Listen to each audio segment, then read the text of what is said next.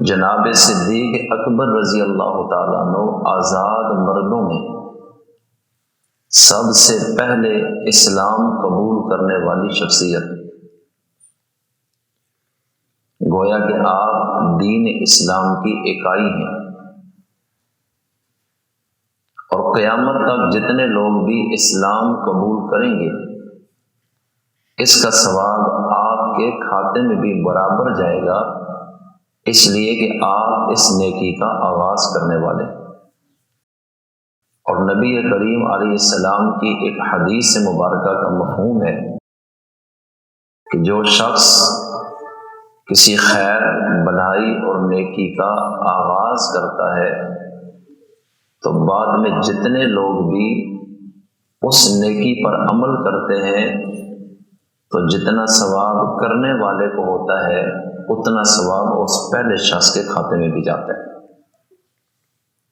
تو اس حساب سے جناب صدیق اکبر رضی اللہ عنہ اس امت پر سب سے فائق ہیں اور سب سے آگے ہیں، اور ان کی نیکیوں کا اتنا خزانہ ان کے پاس ہے کہ جس کی برابری نبیوں کے علاوہ کسی نبی کا کوئی امتی بھی نہیں کر سکتا ہے، اور اتنی نیکیاں آپ کے کھاتے میں ہیں کہ جن کا شمار ممکن ہی نہیں۔ اسلامی تاریخ میں مسجد کی زمین سب سے پہلے آپ نے خریدی، اور اب قیامت تک جتنی مسجدیں بھی بنیں گی اور بنائی جائیں گی اس کا برابر ثواب آپ کے کھاتے میں بھی جائے گا۔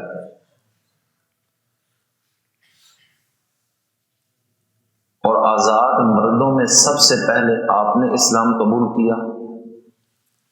قیامت تک جتنے لوگ بھی اسلام میں آئیں گے ہر ایک کے حصے کا پورا پورا ثواب آپ کے کھاتے میں بھی جا رہا ہے۔ اور آپ نے بہت سارے کاموں میں پہل کیے۔ تو حضرت صدیق اکبر رضی اللہ تعالیٰ عنہ ساری امت پر نیکیوں اور ثواب کے لحاظ سے سب سے آگے ہیں۔ ام المؤمنین سیدہ عائشہ صدیقہ رضی اللہ تعالی عنہ نے رحمت عالم نبی مکرم صلی اللہ علیہ وسلم سے ایک مرتبہ یہ پوچھا تھا جبکہ آسمان ستاروں سے بھرا ہوا تھا کہ اے آقا دو جہاں، آسمان کے ستاروں جتنیاں بھی کسی کی نیکیاں ہیں، نبی کریم صلی اللہ علیہ وسلم نے فرمایا بالکل،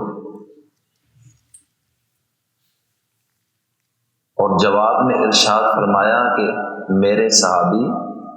عمر بن خطاب کی نیکیاں آسمان کے ستاروں جتنی ہیں۔ اور اس کے بعد آپ علیہ السلام نے فرمایا کہ حضرت عمر کی ساری زندگی کی نیکیاں ایک طرف،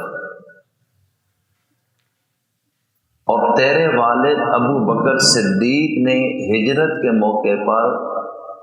جو غار میں میرے ساتھ وقت گزارا ان کو اس پر جو نیکیاں ملی وہ عمر کی ساری زندگی کی نیکیوں سے زیادہ ہے۔ گویا کہ آپ نے یہ واضح فرما دیا کہ حضرت عمر کی نیکیاں آسمان کے ستاروں جتنی ہیں، یعنی گنی جا سکتی ہوں گی، لیکن ابو بکر صدیق کی اتنی نیکیاں ہیں کہ وہ گنی بھی نہیں جا سکتی۔ اور حضرت عمر جیسی شخصیت یہ خواہش رکھتی تھی، بارہا مرتبہ حضرت صدیق اکبر کے سامنے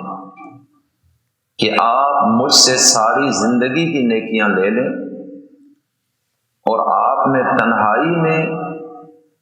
رسول کائنات کے ساتھ غار میں اس مشکل وقت میں جو وقت گزارا، وہ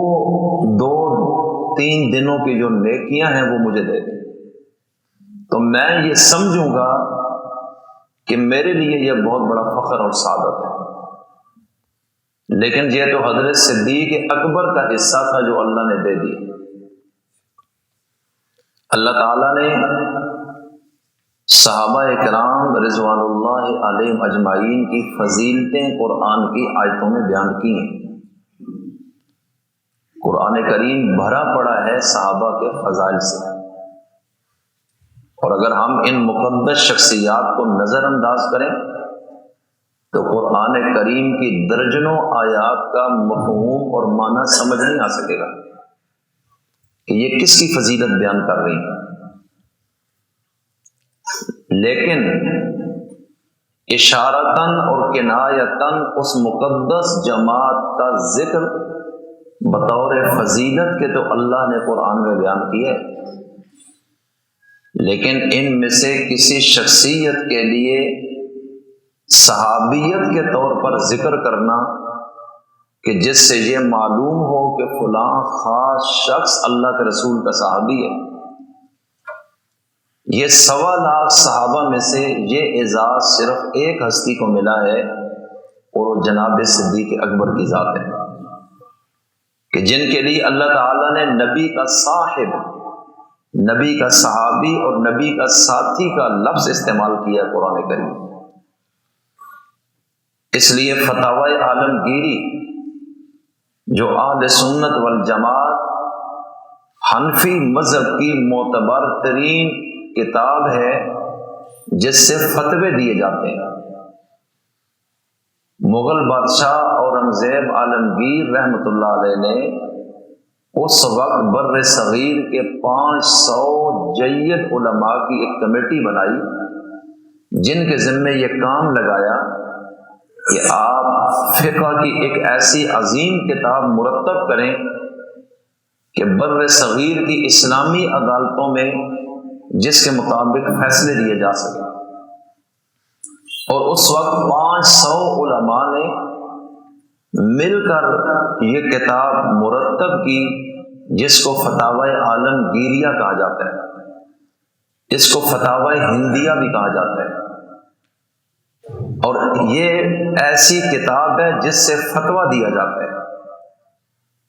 اس کتاب کے اندر باقاعدہ یہ موجود ہے حضرت صدیق اکبر رضی اللہ عنہ کی صحابیت کے حوالے سے،